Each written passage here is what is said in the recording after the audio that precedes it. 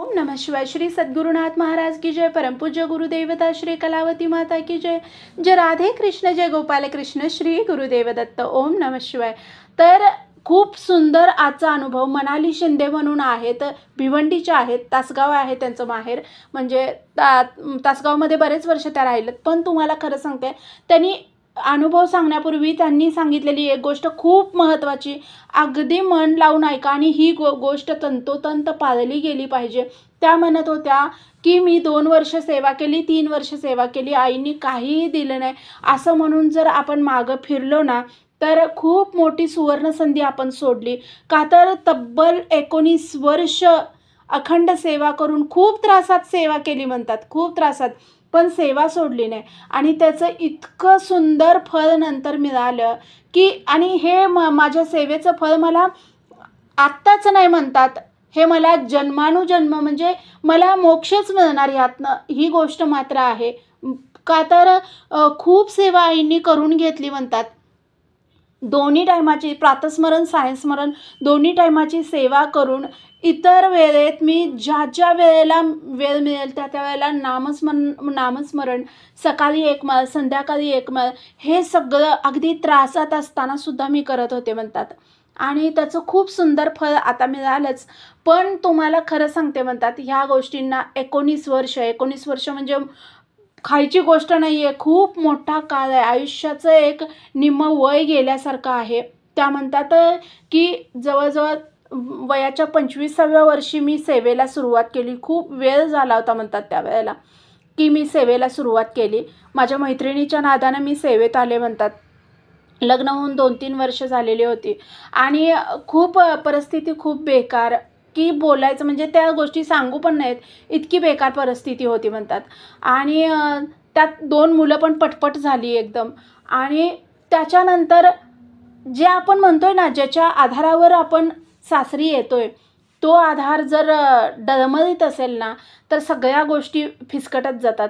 तसंच माझे मिस्टर काही काम करायचे नाहीत म्हणतात आणि नुसतं असं म्हणजे फिरणं किंवा ह्याचं त्याचं ऐकणं आणि भांडत राहणं, मग मला हेच मिळालं नाही, मग मला तेच मिळालं नाही, प्रत्येक गोष्टीत असं आपण म्हणतो ना की असमाधानी, अशा पद्धतीचं नवरा मिळाल्यानंतर खूप त्रासात दिवस काढले म्हणतात।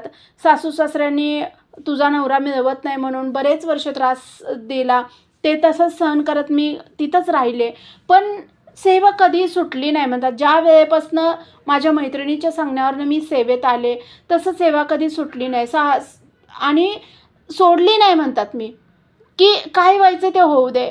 म्हणजे 1-2 अनुभव असे आले त्यावेळेला की असं वाटलं नाही, हे जे मार्ग आहे तो आपल्याला नाही सोडायचा, तो आयुष्यभर आपल्याला कंटिन्यू करायचा आहे।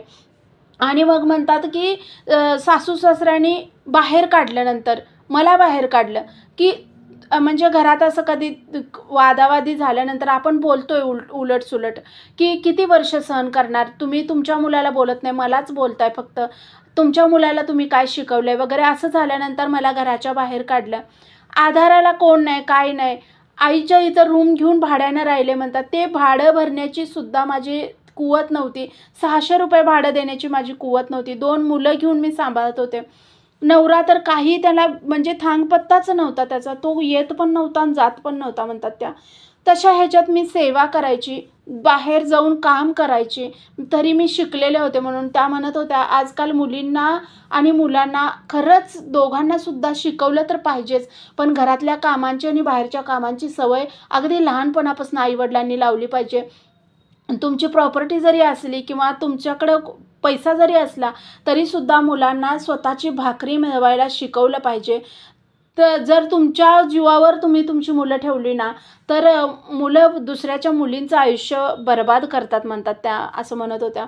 आणि मुलींनासुद्धा एवढं सक्षम आईवडिलांनी नक्कीच बनवलं पाहिजे की त्यांनी नवरा जर नाही चांगला मिळाला किंवा डिपेंडच नाही राहिलं मिळालं, चांगलं जरी मिळालं तरी बऱ्याच वेळेला असे टोमणे असतात की तुझं काय आहे, तुला काय घरातच बसून करायचं आहे, की तुला काय नुसत्या भाकरीच थापायच्या आहेत, काय आहे तुला त्रास, हे जे आहे ना, तर कुणावर डिपेंड, कधी कुठल्या आयुष्यात कुठल्या वेळेला साथ सोडील माहीत नाही। त्यामुळं कुणावर डिपेंड असणं ना खूप त्रासाची गोष्ट आहे। आणि ही गोष्ट त्या बोलल्या त्याला मला खरंच खूप पटली. तर हे तुम्ही स्किप न करता बघत चला. खरंच या गोष्टी खूप महत्त्वाच्या आहेत आयुष्यात. तर त्या म्हणत होत्या की मुलं वाढत होती, मी अशी बाहेर राहत होते. अधेमध्ये नवरा येत होता आणि परत खायचा, प्यायचा आणि जायचा. लोकलज्जेस्तव आपण म्हणतोय ना, की बाबा ये बाबा, खा, पी, राहा. आणि असं वाटायचं, की आला तर कधीतरी 4 शब्द समजावून सांगितले तर प्रपंचाकडे लक्ष देईल वगैरे. एक रूम होती, त्या रूममध्ये म्हणतात, की अगदी छोटी म्हणजे 2-3 माणसं, स्वयंपाक पण त्यातच, किचन पण मी त्यातच केलेलं होतं म्हणतात. त्यातच देव्हाऱ्यात आईंचा फोटो आणि गणपतीची एक मूर्ती, ह्याच्या व्यतिरिक्त काहीही नव्हतं म्हणतात. आईंचा एक फोटो आणि गणपतीची एक मूर्ती, बाकी काही नव्हतं माझ्याकडं. आणि काय म्हणतात, मी ज्यावेळेला मला घरातनं बाहेर काढलं त्यावेळेला कपड्यांनीशी बाहेर पडलेले होते. मी काय घेणार, माझ्या आईवडिलांची परिस्थिती पण नव्हती तशी. मी अक्षरशः म्हणतात की भीक मागून खायची माझी वेळ होती, पण सेवा कधी सुटली नाही म्हणतात. तर इतकं मला वाईट वाटलं ते ऐकताना. तर त्या म्हणतात की ही जी गोष्ट आहे ना, ह्या गोष्टीनं आज मला इतकं सुखात हे केलं म्हणतात. आणि त्याच्यानंतर म्हणतात 19 वर्ष कंटिन्यू सेवा झाली, हे झालं. त्रास कमी-कमी होत गेला, पण तो पूर्ण नाही कमी झाला. हळू-हळू आपण म्हणतो ना, साबण आईने सांगितलेलं आहे, साबण लावला की लगेच तुमचा मळ धुतला जाणार नाही. अंगावरची घाण लगेच नाही जाणार. हळू-हळू स्वच्छ होणार. तसं ते माझं प्रारब्धाचे भोग हळू मिटत गेले म्हणतात. आणि मग मुलं चांगली शिकली, मुलं चांगली सर्व्हिसला लागली. एक मुलगा पोलीस झाला म्हणतात त्या. एक मुलगा इंजिनियर झाला. दोघं मुलं सेटल झाली. दोघांनी 2 घरं घेतली. स्वतः म्हणजे इथं गावाकडं पण मला घर बांधून दिलं. त्यांचं त्यांनी पण घरं घेतली. आणि आता भिवंडीला त्या म्हणतात की म्हणजे माझ्या छोट्या मुलानं घर घेतलेलं आहे. मग मी कधी ह्याच्याकडे राहते, कधी त्याच्याकडे राहते. तर सगळी 3 ठिकाणी घरं झाली. एका रूममध्ये मी ज्या राहत होते म्हणतात, म्हणजे जी रूम बघितलं तर म्हणतात की असं वाटायचं की कोण बसणार आहे आणि कोण कुठं झोपायला सुद्धा जागा नसायची म्हणतात माझ्या मुलांना. का मला मी अगदी अशी खुरुड्या म्हणतो ना आपण, ते कोंबड्यांचं असतं त्याच्यात कसं झोपतोय ना, तसं आम्ही झोपत होतो म्हणतात. तर ह्या ज्या गोष्टी आहेत म्हणतात की लगेच तुमचे प्रारब्धाचे भोग जर खडतर असतील तर लगेच नाही मिटणार, पण माऊलींचे पाय धरलेले कधीही सोडू नका म्हणतात त्या म्हणत होत्या. अगदी सगळ्यांच्या समोर ह्या गोष्टी झाल्या म्हणतात. सगळ्यांच्या समोर ह्या गोष्टी झाल्या. ज्या सासू-सासऱ्यांनी किंवा जे दीर वगैरे होते म्हणतात की त्यांनी अक्षरशः हाताला मला धरून बाहेर काढलं, उलट उत्तर दिलं म्हणून. पण त्यांच्या मुलाची चूक त्यांनी नाही कधी समजून घेतली आणि मला घराच्या बाहेर काढलं. त्यांच्या सगळ्यांच्या डोळ्यांसमोर त्यांनी आज त्यांच्याकडे एकच घर आहे, पण माझी त्यांच्या डोळ्यासमोर 3-3 घरं झाली म्हणतात. आणि कधीही माझ्या मुलांनी आयुष्यभर बघितलेलं आहे, माझ्या मुलांनी कधीही मला उलटून असं हे केलं नाही की आई खरंच तू फार कष्ट केलेस.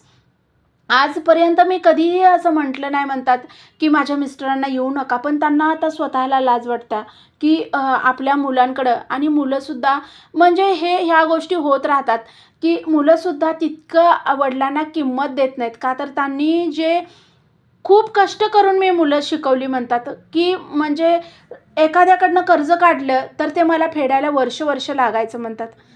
कर्ज शिक्षणासाठी काढलेलं वगैरे वर्ष मला लागायचं. पण त्या ह्याच्यात हे केलं. पण ज्याला तासगावला मी घर बांधलं त्यावेळेला सगळेजण एवढे आश्चर्य झाले म्हणतात की ते घर एवढं मोठं बांधलेलं. सगळीकडे जी घरं आहेत ती सगळी 2 BHK घरं झाली म्हणतात. आणि एवढं छान सगळं झालं म्हणतात. पण तुम्हाला सांगू का म्हणतात, मुलांची शिक्षणं झाली, सर्व्हिस चांगल्या लागल्या, बायका चांगल्या मिळाल्या, सुना एकदा तुम्हाला खरं सांगू म्हणतात, सुना म्हणजे आपण जर लेकी मांडल्या ना तर त्या लेकी होतात. सुनांना सुना मांडल्या तर सुनाच राहतात त्या. त्यावेळेला त्या बोलत होत्या ना, खरंच मला इतकं खूप भारी वाटलं. म्हणजे खूप पॉझिटिव्हिटी किंवा खूप विचार करण्याची खूप चांगली पद्धत एक व्यक्तींची असते. आणि अशा ज्यावेळेला व्यक्ती मला फोन करतात त्यावेळेला खूप शिकण्यासारखं आईनी म्हणून अशी खूप चांगली लोकं जोडलेत माझ्याशी. आणि त्यांच्याबरोबर बोलताना खूप भारी वाटत होतं. तर तुम्हाला खरं सांगते त्यांनी सांगितलेली जी गोष्ट आहे ना, तर त्या म्हणत होत्या की आज ज्या गोष्टींसाठी खूप खूप खटपट करावी लागत्या, त्या गोष्टी आता सगळ्या झालेल्या आहेत. मला फक्त आता सेवेमध्ये दिवस घालवायचे आहेत. मग मी या लेकाकडे 4 महिने, त्या लेकाकडे 4 महिने, माझ्या गावी एवढं छान घर आहे, तिथं 4 महिने, असं मी सगळीकडे फिरते म्हणतात. तर हे मी तिन्ही घरांमध्ये फिरते ह्याच्यासाठी की प्रत्येक घरांमध्ये म्हणजे आईनी मला ही वास्तू दिलेल्या आहेत 3-3. तर त्या तिन्ही घरांमध्ये म्हणजे आईंची सेवा माझ्या सुना पण करतात, मुलं पण करतात. पण मला असं वाटतं की ह्या तिन्ही घरांमध्ये माझ्याकडनं सेवा झाली पाहिजे, म्हणून मी प्रत्येक घरात 4-4 महिने काढते म्हणतात. आणि खूप पॉझिटिव्हिटी माझ्या घरांमध्ये आईंनी निर्माण केलेली आहे. ह्या गोष्टी सहजासहजी मिळत नाही. ज्यावेळेला आपल्याला मिळतंय ना, त्यावेळेला लोकांना दिसतंय की हे अरे वाह! ह्याला हे मिळालंय. पण त्याच्या पाठीमागं खूप वर्षांची सेवा आहे म्हणतात. खूप वर्षांची आईंची म्हणजे जे त्रासात होते ना, त्या त्रासात सुद्धा आईंचे पाय सोडलेले नाहीत. तर त्या सगळ्या गोष्टींची पुण्याई, सगळ्या गोष्टींची जी फळ आहे ते आता मिळालेलं आहे म्हणतात. तर सेवा कंटिन्यू करा, हीच सगळ्यात महत्त्वाची गोष्ट सांगायची आहे. की सेवेमध्ये खंड पडू देऊ नका किंवा त्रास होतोय म्हणून सेवा सोडू नका. कितीही त्रास झाला तरी ते पाय नाही सोडले ना, तर त्रासातनं सुद्धा ते बाहेर काढत असतात प्रत्येक वेळेला. पण पुढं काहीतरी आणि अडचण आली तर आपल्याला वाटतं नकोच हे. तर त्यावेळेला आपण जर खंबीर राहून आपण नाहीच सोडायचं म्हणून जर केलं ना, तर गुरु सगळे भोग मिटवतात आणि सुखाचे दिवस आणतात. तर व्हिडिओ आवडला तर like, share and subscribe. Shri Sadgurunath Maharaj की जय. परमपूज्य गुरुदेवता श्री कलावती माता की जय. जय राधे कृष्ण, जय गोपाल कृष्ण, श्री गुरुदेव दत्त. ओम नमः शिवाय.